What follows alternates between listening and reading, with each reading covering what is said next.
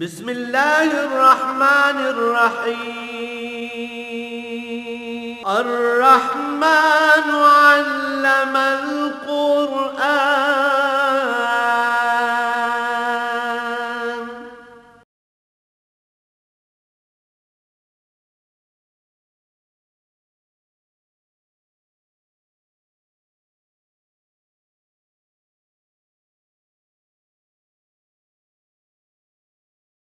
الحمد لله رب العالمين والصلاة والسلام على حبيبه محمد وآله وصحبه أجمعين. أعوذ بالله من الشيطان الرجيم. بسم الله الرحمن الرحيم. وإن كان كبر عليك إعراضهم فإن استطعت أن تبتغي نفقا في الأرض أو سلما في السماء فتأتيهم بآية ولو شاء الله لجمعهم على الهدى فلا تكونن من الجاهلين.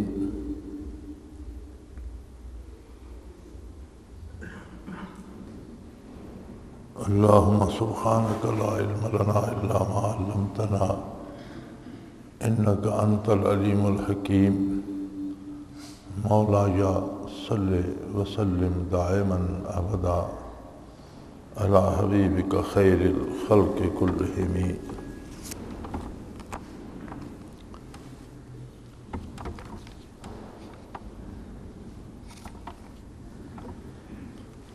فرمایا اگر ان لوگوں کا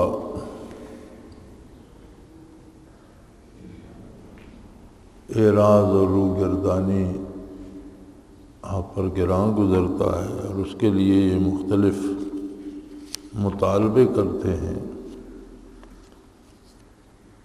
تو اگر آپ ذاتی طور پر کر سکتے ہیں تو پھر ان کے لیے کوئی زمین میں کھود کر معجزہ نکالیے یا آسمان پر سیڑھی لگا کر جس معجزے کا یہ مطالبہ کرتے ہیں وہ پورا کیجیے. اور یہ بات طے ہے کہ اگر اللہ چاہتا تو سب کو ہدایت پر جمع کر دیتا. لہذا یہ ایسی بات ہے کہ جو آپ کی شان سے مطابقت نہیں رکھتی. وَلَا تَكُونَنَّ مِنَ الْجَاهِلِينَ، یعنی یہ بات آپ کی عظمت سے مطابقت نہیں رکھتی. بات یہ تھی کہ نبی کریم صلی اللہ تعالی علیہ وآلہ وسلم کو یہ بہت خواہش ہوتی تھی کہ میری بعثت کے بعد پھر لوگ جہنم میں کیوں جائیں، اور جو انکار کر رہے ہیں ان کو بھی ماننا چاہیے. وہ مختلف قسم کی باتیں کرتے، مختلف معجزات کا مطالبہ کرتے. تو فرمایا معجزہ فعل الہی ہے، معجزہ نبی کے اختیار میں نہیں ہوتا، اللہ کا فعل ہوتا ہے. جب وہ چاہتا ہے صادر فرماتا ہے، صادر نبی کے ہاتھ پہ ہوتا ہے. اسی طرح ولی کی کرامت فعل اللہ کا ہوتا ہے، اور ولی کی کرامت بھی نبی کا معجزہ ہوتا ہے، چونکہ اسے نبی کے اتباع کے تو فعل نصیب ہوتی ہے. اس کا ذاتی کمال نہیں ہوتا، اسے باتباع نبی نصیب ہوتی ہے. لہذا وہ بھی معجزہ نبی کا ہوتا ہے، لیکن جب صادر ولی کے ہاتھ پہ ہوتا ہے تو اسے کرامت کہتے ہیں. معجزے اور کرامت کا صدور کسی فرد یا کسی ذات کی بڑائی یا کسی کے لیے چندہ جمع کرنے کے لیے نہیں ہوتا، بلکہ ہمیشہ کفر کے مقابلے میں نبی کی صداقت کے دلیل کے طور پر ہوتا ہے. اور جب اللہ چاہتا ہے تو ہوتا ہے. پھر معجزے میں یہ بھی ہے کہ قوموں نے مطالبہ کیا معجزات کا، وہ معجزات ظاہر ہو گئے. جب وہ معجزات واقع ہو گئے تو انہوں نے ماننے سے انکار کر دیا، جس کے نتیجے میں قوموں کی قومیں تباہ ہو گئی۔ معجزے کا بھی یہ اصول ہوتا ہے کہ یا تو نبی اللہ کی طرف سے از خود کسی معجزے کا اظہار کرتا ہے، وہ اور بات ہے۔ قوم جب مطالبہ کرتی ہے کہ یہ معجزہ دکھایا جائے، جیسے صالح علیہ السلام کی قوم نے مطالبہ کیا کہ اس بہت بڑی پتھر کی چٹان میں سے ایک اونٹنی نکلے، اور وہ اونٹنی جو ہے وہ گابن بھی ہو، پھر وہ وہاں سے نکل کر بچہ دے۔ تو انہوں نے دعا کی، اللہ کی شان، وہ چٹان پھٹ گئی، سے بہت بڑی اونٹنی نکلی، اس نے بچہ بھی دیا۔ لیکن پھر انہوں نے ماننے کی بجائے انکار ہی نہیں کیا، اونٹنی کو بھی مار ڈالا، نتیجتاً ساری قوم تباہ ہو گئی۔ تو فرمایا میرے حبیب، یہ آپ کے بس کی تو بات نہیں ہے، آپ کا کریم ہونا اور بات ہے۔ آپ کی یہ آرزو کہ سارے لوگ جہنم سے بچ جائیں، یہ آپ کی شان کرم نوازی ہے، آپ کی شان کے مطابق ہے۔ لیکن اللہ کا ایک قانون ہے اور اس نے بندے کو اختیار دیا ہے۔ اگر وہ چاہتا تو سارے لوگ اسے قبول کرتے، سارے مسلمان ہوتے۔ وہ جیسی چاہتا ہے شکل بناتا ہے، کوئی اعتراض نہیں کرتا، جیسا چاہتا ہے قد کاٹ دیتا ہے، کوئی اعتراض نہیں کرتا، جیسی چاہتا ہے صحت بیماری دیتا ہے، کسی کو کوئی اعتراض نہیں، جس طرح کی چاہتا ہے علمی عقلی استعداد دیتا ہے، کوئی اعتراض نہیں۔ اسی طرح اگر وہ چاہتا تو سب کو فرشتہ سیرت بھی بنا دیتا۔ یہی تو ایک بات ہے جو اس نے بندوں پہ چھوڑی ہے کہ ہدینہ السبیل اما شاکرا و اما کفورا، راستہ واضح ہے، اور یہ بندے کے ذمے ہے کہ وہ شکر کا راستہ اختیار کرتا ہے یا ناشکری کا۔ اگر ناشکری بھی کرے گا تو جو وقت اسے مہلت ملی ہے دنیا میں، وہ فرصت اس کے پاس ہے 50 سال 60 سال 40 سال 100 سال جو اللہ نے دی ہے۔ جب موت آئے گی تو فرصت ختم ہو جائے گی، اور اس کے بعد اسے نتائج بھگتنا ہوں گے۔ اگر اس نے شکر کیا ہے تو اللہ کا انعام پائے گا، ناشکری کی ہے تو سزا پائے گا۔ تو لہذا یہ ممکن نہیں ہے کہ سارے لوگوں کو زبردستی مسلمان بنا لیا جائے، یا آپ یہ خواہش کریں ہاں آپ نے پہنچانے کا حق ادا کر دیا۔ اور یہ کتنی اللہ کی کرم نوازی ہے اور اللہ کی رحمت ہے کہ اگر ساری عمر بھی کسی نے کفر و شرک میں گزاری ہے، یا گناہ میں گزاری ہے، یا قتل و غارت گری کرتا رہا ہے، تو اللہ کریم نے آپ کے تو فعل توبہ کا دروازہ کھول دیا ہے۔ جب بھی آپ کا دامن تھام لے، اس کے سارے خطائیں معاف کر کے اس کے دل کو روشن کر دے گا۔ لیکن تھامے گا اپنی پسند سے، زبردستی نہیں۔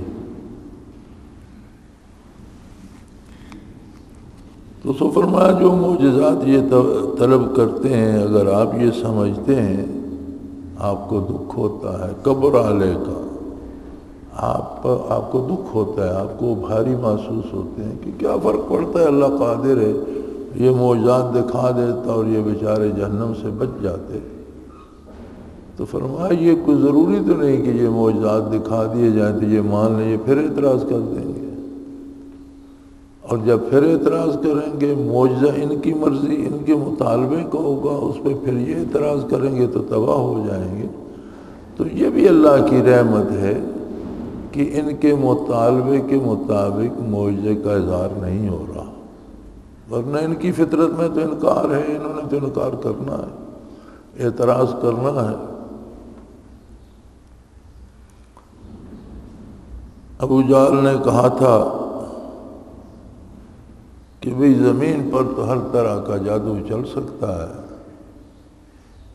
اور طرح طرح کی باتیں ہم دیکھ رہے ہیں، آسمانوں پر جادو کا اثر نہیں ہوتا، لہذا اگر حضور صلی اللہ علیہ وآلہ وسلم چاند کو دو ٹکڑے کر کے دکھا دیں تو ہم سمجھیں گے کہ اللہ کے سچے رسول ہیں، یہ جادو سے نہیں ہو سکتا۔ آپ صلی اللہ علیہ وسلم نے انگلی سے اشارہ فرمایا اور چاند دو ٹکڑے ہو گئے۔ جبل ابو قبیس بہت بڑا پہاڑ ہے بیت اللہ شریف کے سامنے، آدھا چاند اس کے ایک طرف چمک رہا تھا اور آدھا دوسری طرف چمک رہا تھا۔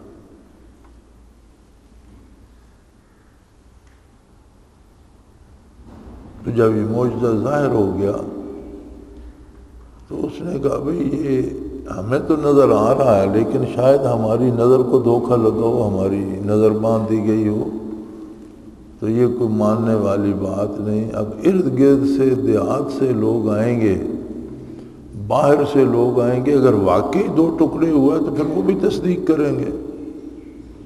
تو اگر صرف ہمیں مکہ مکرمہ میں نظر آ رہا ہے تو ہو سکتا ہے ہماری آنکھوں کو، نظر کو کچھ کر دیا گیا ہو۔ جب باہر کے لوگ آئے تو انہوں نے تصدیق کی کہ ہم نے دیکھا تھا چاند دو ٹکڑے ہو گیا تھا۔ تو اس پر بھی وہ بدبخت کہنے لگا کہ بھی یہ ان کا جادو آسمان پر بھی چل گیا۔ اب اس کے انکار کا نتیجہ یہ ہوا کہ اسے توبہ نصیب نہ ہوئی، ذلیل ہو کر، رسوا ہو کر قتل ہوا بدر میں، اور اس کے عذاب کی بھی حضور نے خبر دی کہ کتنے شدید عذاب میں ہیں۔ تو اس کے بعد اسے زیادہ دیر فرصت نہ ملی، اسی کفر و شرک میں قتل ہو گیا۔ بلکہ نبی اکرم صلی اللہ علیہ وسلم کا ارشاد کا مفہوم ہے کہ موسیٰ کے فرعون سے یہ میرا فرعون سخت تھا، اس نے مرتے وقت تو توبہ کی کوشش کی تھی، اس نے مرتے دم تک نہیں کی۔ تو فرمایا جب کوئی مطالبہ کرتا ہے معجزے کا اور وہ معجزہ ظاہر ہو جاتا ہے اور پھر وہ نہیں مانتا تو پھر وہ اللہ کے عذاب سے نہیں بچ سکتا۔ لہذا یہ اللہ کی مرضی ہے کہ کب وہ کون سا معجزہ ظاہر کرنا چاہتا ہے، اور یہی حال ولی کی کرامت کا ہے۔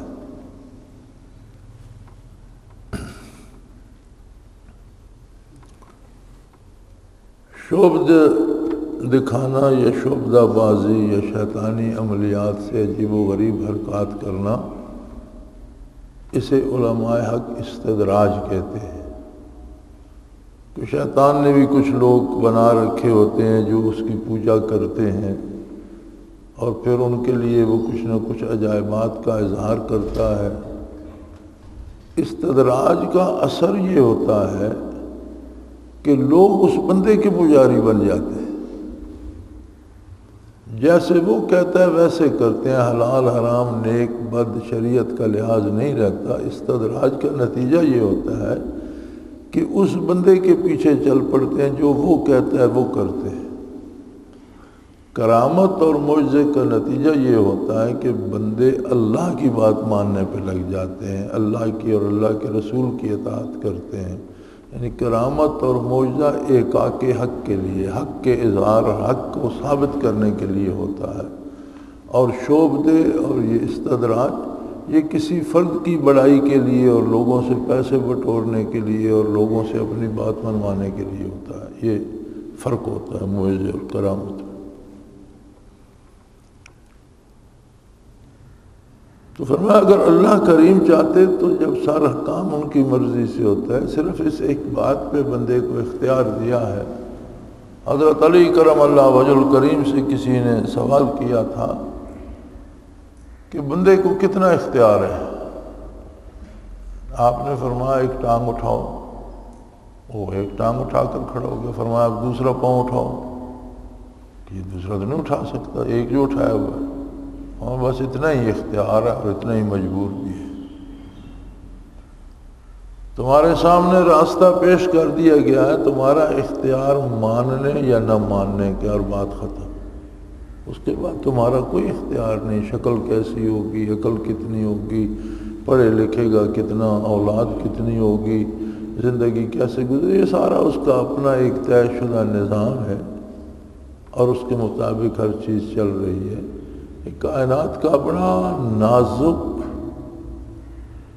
اور بڑا مضبوط نظام ہے۔ نازک ایسے ہے کہ چھوٹے چھوٹے سیلوں کو جوڑ کر ہر چیز بنی ہوئی ہے، چھوٹے چھوٹے باریک اتنے باریک کہ کروڑوں سیل آپ کی ایک قلم کی نوک پہ آ سکتے ہیں، اتنے چھوٹے ہیں کہ کروڑوں سیل قلم کی ایک نوک پہ آ سکتے ہیں، لیکن سب وہی سیل قدرت نے جوڑ کر انسانی وجود بنا دیا، جانور بنا دیے، درخت بنا دیے، نباتات جمادات بنا دی، پرندے حیوان بنا دیے، اسی طرح کے سیل، وہی زمین، وہی مٹی کے اثرات، وہی خاک کے ذرات ہیں، کہیں وہ سبزہ بن رہے ہیں، کہیں فصل بن رہے ہیں، کہیں پھل بن رہے ہیں، کہیں سبزی بن رہے ہیں، کہیں دالیں بن رہی ہیں، کہیں غلہ بن رہا ہے، وہی سیل مختلف نسبت سے جڑتے ہیں، مختلف چیز بن جاتی ہے، جوڑنے والا وہ قادر مطلق خود ہے۔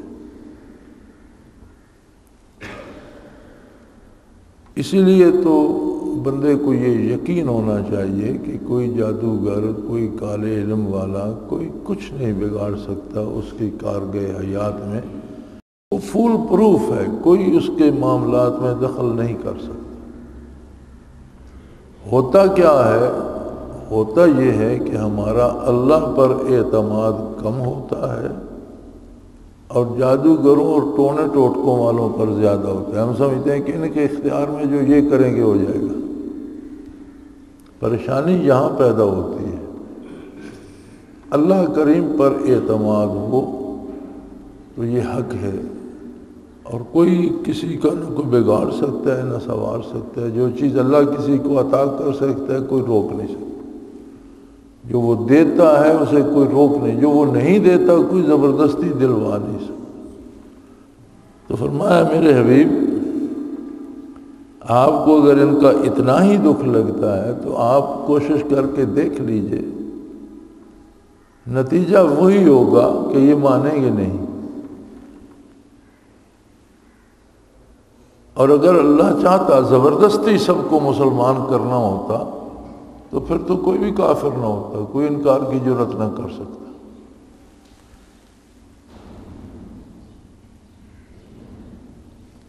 فلا تکونن من الجاہلین، عربی اور اردو میں بہت فرق ہے۔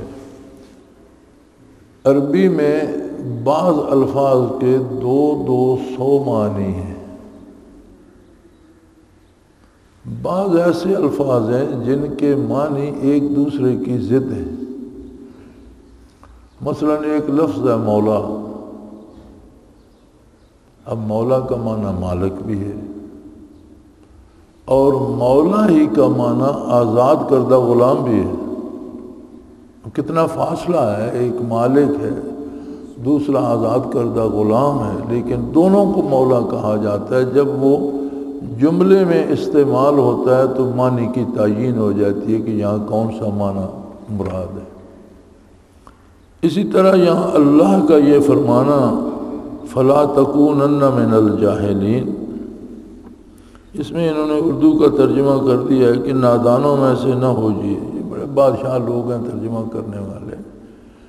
اس کا مفہوم یہ بنتا ہے کہ آپ کا کرم اپنی جگہ، لیکن جو شخص اپنی رضا سے اسلام قبول نہیں کرنا چاہتا اس کے لیے آپ کا دکھی ہونا کو آپ کی شان کو زیب نہیں دیتا، یہ آپ کی شان سے میل نہیں کھاتا۔ آپ ایسا نہ کیجیے۔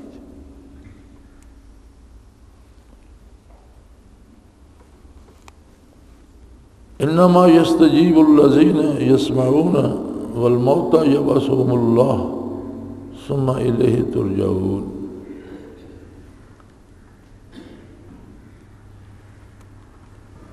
اور فرمایا قبول وہ لوگ کرتے ہیں جو سنتے ہیں۔ کیسی عجیب بات ہے، سننے سے مراد یہ ہے کہ بندہ خالی ذہن ہو کر کوئی اقرار انکار ذہن میں نہ رکھتے ہوئے پوری توجہ سے ارشادات نبوی کو سن کر سمجھنے کی کوشش کرے۔ اگر پہلے سے دل میں انکار رکھ کے آئے بھائی وہ یہ کہیں گے میں یہ اعتراض کروں گا، وہ یہ کہیں گے میں یہ کروں، تو وہ تو نہ سننے والی بات ہوئی۔ اگر پہلے سے بتوں کی عقیدت لے کر آئے اور کہے دیکھیں یہ کیا کہتے ہیں، ان سب چیزوں سے الگ ہو کر خالی ذہن ہو کر پورے انصاف سے بات کو سننا چاہے کہ حضور صلی اللہ علیہ وسلم نے فرمایا کیا ہے اور پھر اس پر غور کرے، تو فرمایا ایسے لوگوں کو ایمان بھی نصیب ہوتا ہے۔ انما یستجیب الذین یسمعون، مانتے وہ ہیں جو سنتے ہیں۔ سننے سے مراد ہے کہ وہ اپنے دل کو صاف کر کے بغیر کسی کی دوستی دشمنی کے سیدھا حق بات کو سننے اور سمجھنے کی کوشش کرے۔ فرمایا انہیں تو توفیق ایمان نصیب ہو جاتی ہے۔ اور اگر کوئی نہیں سنے گا، نہیں مانے گا، تو کسی کو موت سے مفر نہیں، اس کے پاس ایک مخصوص اور محدود وقت ہے۔ اگر اس وقت میں وہ نہیں سنے گا آپ کے ارشادات اور اللہ کی بات نہیں مانے گا تو موت تو آئے گی، اور موت زندگی کا خاتمہ نہیں ہے۔ موت سے وہ زندگی شروع ہوتی ہے جو کبھی ختم نہ ہوگی۔ موت کو سمجھا ہے غافل اختتام زندگی، ہے یہ شام زندگی صبح دوام زندگی، کہ موت کو لوگوں نے یہ سمجھ رکھا ہے کہ اس کی زندگی ختم ہو جاتی ہے، حالانکہ ایسی بات نہیں۔ موت سے تو ابدی اور دائمی زندگی شروع ہوتی ہے، اور ہر مرنے والے کو اللہ کریم زندہ کر کے اٹھائیں گے۔ یبعثہم اللہ، اللہ ہر ایک کو زندہ کرے گا۔ ثم الیہ یرجعون، اور پھر انہیں واپس اسی کی بارگاہ میں پیش ہونا ہوگا، جہاں محاسبہ ہوگا، جہاں حساب ہوگا، جہاں پوچھا جائے گا کہ کتنی نعمتیں تجھے عطا کی، تو نے شکر ادا نہیں کیا، کتنے مواقع تجھے بخشے تو نے توبہ نہیں کی، کتنی مہلت تجھے دی اور کتنا عرصہ تیرا انتظار کیا اور تو واپس نہیں آیا، اور میری نعمتیں استعمال کرتا رہا، میرے جہان میں رہا، ہوا، سورج، چاند، ستارے، غذا، دوا، گھر بار، اولاد، ہر نعمت تیرے پاس میری عطا کردہ تھی اور تو نے میری عظمت سے انکار کیا۔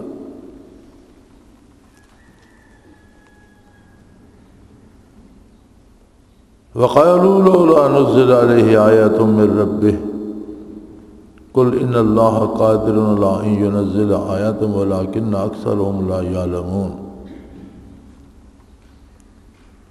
یہ اعتراض کرتے ہیں کہ جب ہم مطالبہ کرتے ہیں کہ وہ معجزہ ظاہر ہو، وہ معجزہ ظاہر ہو، تو اگر یہ اللہ کے رسول ہیں تو وہ معجزات ظاہر کیوں نہیں کر دیتے؟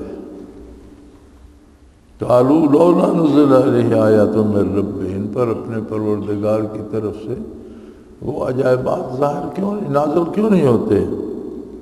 فرمایا نبی نے کہہ دیجئے اللہ ہر چیز پہ قادر ہے،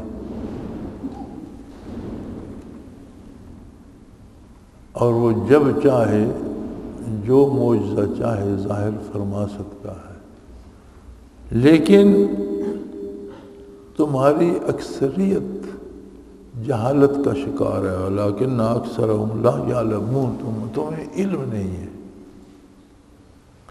تم جانتے ہی نہیں ہو، تمہیں نہ اللہ کی عظمت کا علم ہے، ادراک ہے، نہ نبی کی صداقت کا ادراک ہے۔ تمہارے یہ بودے اعتراض اس لیے ہیں کہ تم نے نبی پر وہ یقین نہیں کیا جو ایمان کا تقاضا ہے، تم نے عظمت الہی پر وہ یقین نہیں کیا جو ایمان کا تقاضا ہے، اور تم عجیب عجیب باتیں کہتے ہو، جو سامنے چیزیں ہیں یہ تمہیں نظر نہیں آتی۔ وَمَا مِن دَابَّةٍ فِي الْأَرْضِ وَلَا طَائِرٌ يَطِيرُ بِجَنَاحَيْهِ إِلَّا أُمَمٌ أَمْثَالُكُمْ، کہ تمہیں نظر نہیں آتی زمین میں کارگاہ حیات میں کتنی عجائبات، کہ کتنے بے شمار جانور ہیں جن کی عادات الگ ہیں، قد کاٹ الگ ہیں، رنگ الگ ہے، غذا الگ ہے، طریقہ کار الگ ہے، کتنے پرندے ہیں جو فضائے آسمانی میں تیرتے پھرتے ہیں، یہ کون ہے؟ یہ کیا یہ عجائبات نہیں ہے؟ یہ معمولی باتیں ہیں کیا؟ میں اگلے دن وہ ایک ڈاکومنٹری دیکھ رہا تھا گدھ کے بارے۔ اب گدھ ایک ایسا نجس سا پرندہ ہے جو ہمیشہ مردار کھاتا ہے، اور عجیب بات ہے وہ اس میں سارا وہ دکھا رہے تھے کہ وہ اتنی بلندی پہ اڑتا ہے کہ نیچے 50 میل کا جو ایک ریڈیس ہے یا ایک دائرہ ہے وہ اس کی نظر میں ہوتا ہے۔ اتنی بلندی پہ ہوتا ہے کہ زمین پر 50 میل کا سرکل اس کی نظر میں ہوتا ہے، اور پھر جس چیز کو چاہتا ہے، جیسے آپ دوربین کو گھٹاتے بڑھاتے ہیں، وہ اپنی نگاہ کو، آنکھ کو اس طرح گھٹا بڑھا کے فوکس کر سکتا ہے کہ اتنی بلندی سے زمین پر اسے 1 انچ مربع کی چیز نظر آ جاتی ہے۔ اب یہ صرف گدھ میں کمال ہے، آپ دیکھ لیں، اور بڑی حیرت ہوتی ہے جب وہ ڈاکومنٹری دیکھی جائے تو اس طرح سے ایک آنکھ نیچے کر کے وہ فوکس کرتے، حالانکہ ہوا میں تیر رہا ہوتا ہے، تو 1 انچ مربع کی اتنی سی چیز اس بلندی سے اسے نظر آ جاتی ہے۔ وہ پہچان لیتا ہے یہ چوہا ہے، یہ پتھر ہے، یہ خرگوش جا رہا ہے، یہ کوئی زندہ ہے، مردہ ہے۔ اور جب بھی آپ دیکھیں کہیں کوئی جانور مرتا ہے تو گدھ فوراً آ جاتے ہیں، انہیں کون اطلاع دیتے؟ وہ ایک جو بلندی پڑ رہے ہیں وہ دیکھتے ہیں، تو وہ جب نیچے اترنا شروع کرتے ہیں، جو اوپر ہے اس کو دیکھتے ہیں، وہ کہتے ہیں یہ کہاں اتر رہا ہے، کچھ ہوگا، تو پل بھر میں سارے جمع ہو جاتے ہیں۔ یعنی ایک نجس سا پرندہ ہے، لیکن اس میں اللہ کریم نے یہ کمال رکھا ہے،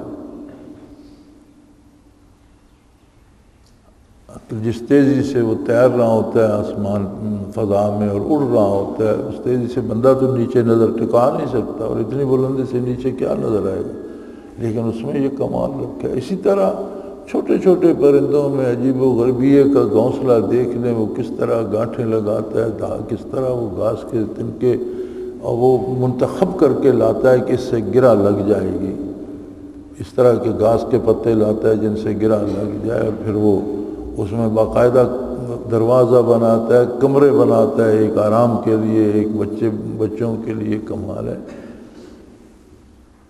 اسی طرح ہر چیز کا، آپ شاید کی مکھیوں کو دیکھ لیں، اتنا بڑا چھتا ہے لیکن وہ ہر چھتے کے خانے ایک جیسے، اور کسی خانے کا کوئی ضلع چھوٹا بڑا نہیں ہے، لاکھوں خانے ہیں، کوئی کسی ایک خانے کا کوئی ایک ضلع چھوٹا بڑا نہیں ہے، سب ایک جیسے ہیں۔ پھر رس چوس کے لاتی ہیں اور اس سے شہد بنا کے اس میں بھرتی جاتی ہیں۔ تو فرمایا اگر تمہیں معجزات باری دیکھنا ہو تو مطالبات کی تو ضرورت نہیں ہے، اللہ کی عظمت کو ماننا ہو تو ذرے ذرے سے اس کی عظمت وعدہ ہے، ایک ایک ذرہ اس کی عظمت و کبریائی پہ گواہ ہے۔ ماننے والوں کے لیے تو یہ کائنات وسیع ایک بہت بڑی کتاب ہے، اور اس کا ہر ذرہ اللہ کی عظمت پہ گواہ ہے۔ حیوانات ہیں، پرندے ہیں، انسان ہیں، درخت ہیں، شجر و حجر ہیں۔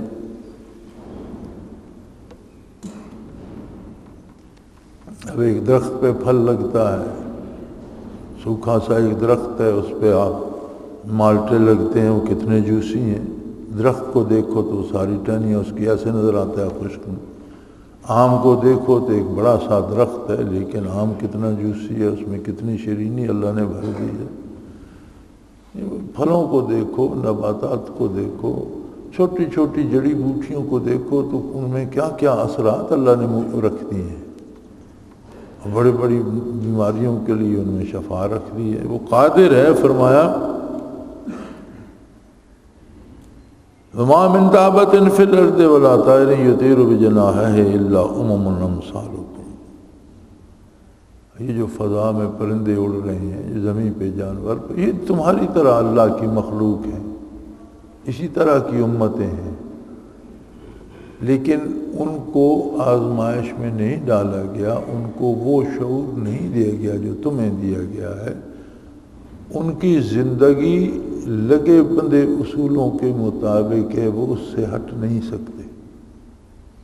تمہیں وہ شعور دیا گیا، انسان کو اس ساری مخلوق سے اعلیٰ مقام و مرتبہ دیا گیا، اور تمہیں شعور و فراست دی گئی، تمہیں وہ شعور دیا گیا کہ تم اللہ کو پہچان سکتے ہو، اس کی عظمت کو پہچان سکتے ہو۔ انسان کے علاوہ ساری مخلوق اس کی عظمت کی معترف ہے، اس کے احکام کی تابع ہے، لیکن اس کے رخ انور کی طرف نگاہ نہیں اٹھا سکتی، یہ سوال نہیں کر سکتی اللہ کون ہے، اللہ کہاں ہے۔ یہ جرأت رندانہ صرف انسان کو بخشی گئی۔ وما فرطنا فی الکتاب من شیء ثم الی ربہم یحشرون۔ اور فرمایا یہ ساری چیزیں، سارا نظام، سارے ذرات، سارے حیوانات، ساری جمادات، سارے پھل، سارے تنکے، سارے ذرات، یہ اللہ کے نزدیک اس کی کتاب میں محفوظ ہے۔ ایک ایک کا سارا احوال لوح محفوظ میں درج ہے۔ اللہ کو پتہ ہے، مخلوق کے بننے سے پہلے اس کا سارا پروگرام طے کر دیا گیا ہے، جو ہونا ہے، جو نہیں ہونا، کب تک ہونا ہے، اس میں کتنا وقت ہے، اسے کیا کرنا ہے، یہ سب طے ہے۔ بات صرف اتنی سی ہے، انسان کو صرف اتنا سا اختیار دیا گیا کہ وہ عظمت الہی کو مانتا ہے یا نہیں مانتا، وہ شکر کرتا ہے یا ناشکری کرتا ہے۔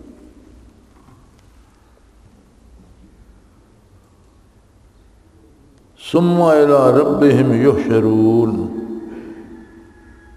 اور پھر سب نے اللہ کی بارگاہ میں حاضر ہونا ہے۔ یہ ساری مخلوق جتنی نظر آتی ہے انسان کے علاوہ، یہ سب فنا ہو جائے گی۔ ان کی زندگی میں دوام نہیں، ان کی روح عالم امر سے نہیں، اور ان میں معرفت الہی کا شعور نہیں۔ لہذا یہ محض دنیا میں انسان کی خدمت کے لیے پیدا کیے گئے ہیں، دنیا سے جائیں گے تو یہ بھی ختم ہو جائیں گے، لیکن وہ ایسا عادل ہے کہ میدان قیامت میں ان سب کو بھی حاضر کرے گا۔ حضور اکرم صلی اللہ علیہ وسلم نے فرمایا کہ اگر کسی بکری نے کسی دوسری بکری کو سینگ مار کر زیادتی کی تو حشر کو اس کو بھی اس کا بدلہ دلوایا جائے گا۔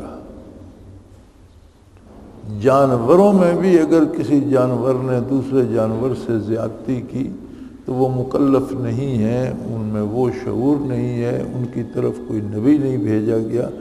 اس کے باوجود کسی جانور نے بھی دوسرے جانور سے زیادتی کی تو اسے اس کا بدلہ دلایا جائے گا، اس کے بعد انہیں فنا کر دیا جائے گا۔ حتیٰ کہ جنات کے بارے بھی علماء کرام لکھتے ہیں کہ پورے قرآن میں یہ تو ملتا ہے کہ اگر جرم کرو گے تو سزا پاؤ گے، لیکن جنت کی بشارت نہیں ملتی، اس لیے کہ انہیں بھی دوام نہیں ہے۔ جو کفر کرے گا یا ظلم کرے گا وہ اپنی سزا پائے گا، جس سے سزا نہیں ملے گی وہ فنا کر دیا جائے گا، اور جو سزا پائے گا وہ بھی ایک وقت تک اپنی سزا پوری کر کے اسے بھی فنا کر دیا جائے۔ باقی رہے گا صرف ایک انسان جسے ہمیشہ ہمیشہ رہنا ہے، جو کبھی فنا نہیں ہوگا۔ علامہ سیوطی رحمۃ اللہ تعالیٰ علیہ لکھتے ہیں کہ انسان تجھے پیدا تو کیا اللہ نے، لیکن ہمیشہ ہمیشہ کے لیے پیدا کیا، تجھے فنا کے لیے پیدا نہیں کیا۔ اس بات پہ غور کر کہ تیری یہ جو عارضی سی زندگی ہے اس میں تو کیا کر رہا ہے کہ اس کے نتائج تیری ابدی زندگی پہ مرتب ہوں گے، تجھے ہمیشہ ہمیشہ بھگتنے ہوں گے۔ اگر تو اللہ و اللہ کے رسول کی اطاعت کرے گا تو تیری ہمیشہ کی زندگی خوشحال اور شادمان ہو جائے گی اور ہمیشہ اللہ کی رحمت کے زیر سایہ رہے گا، اور اگر تو نافرمانی کرے گا تو پھر اپنی ہمیشہ ہمیشہ کی زندگی تباہ کر لے گا۔ یہ باقی مخلوق تو چلو اپنے گناہ بھگت کر کبھی تو ختم ہو جائے گی، اس کی جان تو چھوٹ جائے گی۔ یہی فرماتے ہیں کہ بَيَقُولُ الْكَافِرُ يَا لَيْتَنِي كُنْتُ تُرَابًا، جانوروں کو، جنات کو، فنا ہونے والی چیزوں کو مٹی ہوتے دیکھ کر کافر کہہ اٹھے گا کہ اے کاش اللہ مجھے بھی خاک میں ملا دیتا، میں بھی ختم ہو جاتا، لیکن انسان تو ختم نہیں ہوگا۔ وَيَقُولُ الْكَافِرُ یا لیتنی کنت ترابا، فرمایا اس دن کافر کہے گا جب یہ مخلوق فنا ہوگی لیکن ان میں بھی انصاف ہوگا، یہ بھی اپنا بدلہ دے کر۔ تو جو رب العالمین مچھروں، مکھیوں، پرندوں، جانوروں، درندوں میں محاسبہ کر کے انصاف کرے گا، بھلا انسان کیسے بے حساب رہ جائے گا؟ تو فرمایا جو دنیا میں کفر پر رہے اور کفر پر خاتمہ ہوا، اس دن وہ بڑی حسرت سے کہیں گے اے کاش اللہ مجھے بھی آج خاک میں ملا دیتا، میں مٹی ہو جاتا، لیکن انسان مٹی نہیں ہوگا۔ انسان کو اپنے کردار کے نتائج ہمیشہ ہمیشہ کے لیے بھگتنے ہوں گے۔ اور یہ یاد رکھیں کہ کوئی چیز اللہ کے علم سے باہر نہیں ہے، بلکہ لوح محفوظ میں ہر چیز درج ہے۔ علم الہی تو بہت وسیع ہے، لوح محفوظ تو ایک کتاب ہے، علم الہی کی تو کوئی حد نہیں۔ تو فرمایا یہ تو لوح محفوظ میں بھی موجود ہے۔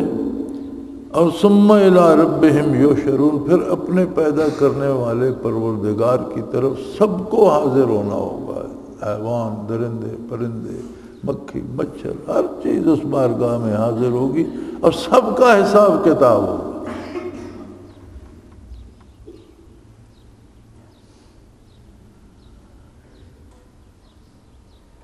والذین کذبوا بآیاتنا صم وبکم فی الظلمات من یشاء اللہ یضلل ومن یشاء یجعل علی صراط مستقیم۔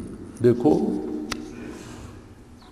اللہ کے احکام کا انکار جو کرتا ہے وہ ایسا ہے جیسے کوئی گنگا بھی ہو، بہرا بھی ہو اور پھر سخت تاریکی میں بھی ہو،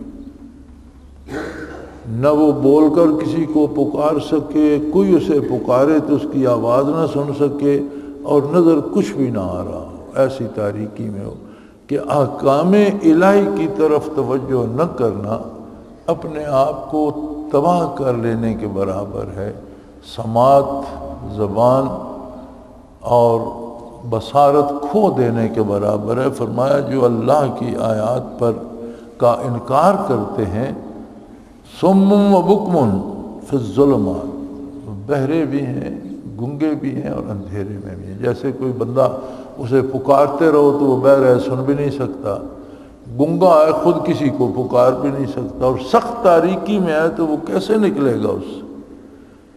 سو فرمایا احکام الہی کا انکار بندے کو اس طرح کی تباہی میں دھکیل دیتا ہے۔ لیکن اگر وہ اللہ کو پکارے، دل میں یہ طے کر لے کہ مجھے اللہ کو پکارنا ہے، اللہ کو ماننا ہے، اللہ کی اطاعت کرنا ہے، تو فرمایا من یشاء اللہ یضلل ومن یشاء یجعل لہ علی صراط مستقیم، جس کی اللہ سے بگڑ جائے وہ گمراہ ہو جاتا ہے، اللہ اسے ہدایت کی طرف نہیں آنے دیتے، اس کی بصارت، اس کی سماعت اس کا ساتھ چھوڑ جاتی۔ اور جو یہ فیصلہ کرے کہ مجھے عظمت الہی کا اقرار کرنا ہے، اللہ اس کو سیدھے راستے کی ہدایت دے دیتے ہیں، صراط مستقیم پہ لے آتے ہیں، یہ اس کا کرم ہے۔ وہ قرآن میں ارشاد ہے والذین جاہدوا فینا لنہدینہم سبلنا، جو لوگ ہمیں پانے کے لیے مجاہدہ کرتے ہیں، محنت کرتے ہیں، ہم ان پر اپنے راستے کھول دیتے ہیں۔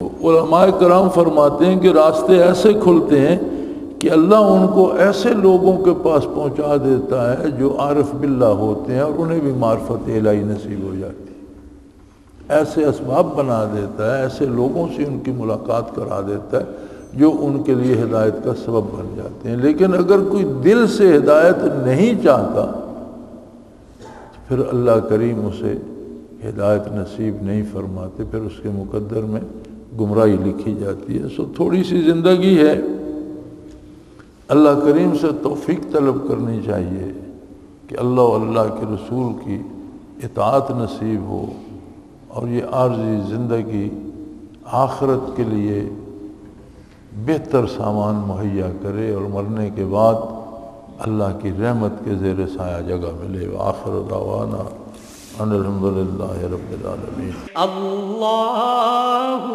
اللہ اللہ اللہ اللہ اللہ اللہ اللہ۔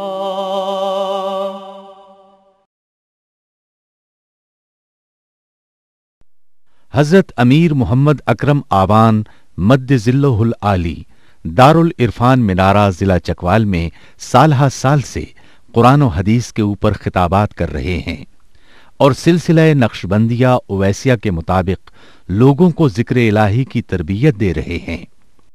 وہ قرآن پاک کی تفسیر ترتیب وار بیان کر رہے ہیں۔ تفسیر قرآن کو وہ موجودہ ملکی اور بین الاقوامی حالات کے مطابق بیان کرتے ہیں۔ موٹر وے سے کلر کہار کے انٹرچینج سے نکلتے ہوئے کلر کہار کی جھیل سے ہوتے ہوئے میانی، بوچھال اور نورپور سے گزرتے ہوئے دارالعرفان منارہ پہنچ سکتے ہیں۔ حضرت امیر محمد اکرم آوان نے بچیوں اور بچوں کی دینی اور دنیاوی تعلیم کے لیے سقارہ اکیڈمی کے نام سے ایک درسگاہ بھی قائم کی ہے، جس کا افتتاح ملک پاکستان کے صدر جنرل محمد ضیاء الحق نے اپنے دست مبارک سے کیا تھا۔ وہ تمام احباب جو اسلام کی طلب رکھتے ہیں ان سے گزارش ہے کہ دارالعرفان منارہ ضلع چکوال میں امیر محمد اکرم آوان صاحب کے خطابات سے مستفید ہوں۔ وہ ہر جمعے کو نماز سے پہلے بیان فرماتے ہیں۔ ہر ماہ کی پہلی اتوار کو ماہانہ اجتماع ہوتا ہے جس میں آپ خصوصی خطاب فرماتے ہیں اور پاکستان کے چاروں صوبوں سے احباب اس اجتماع میں شرکت کرتے ہیں۔ اس کے علاوہ یہاں سال میں 2 مرکزی اجتماعات بھی ہوتے ہیں، ایک رمضان المبارک میں اعتکاف کا اجتماع اور دوسرا جولائی اور اگست میں 40 دن کا اجتماع ہوتا ہے جس میں روحانی تربیت کی جاتی ہے۔ اپنا خون سیماب دے کر اتنا ہم کر جائیں گے، نام آقا کا چمن میں پھر رقم کر جائیں گے۔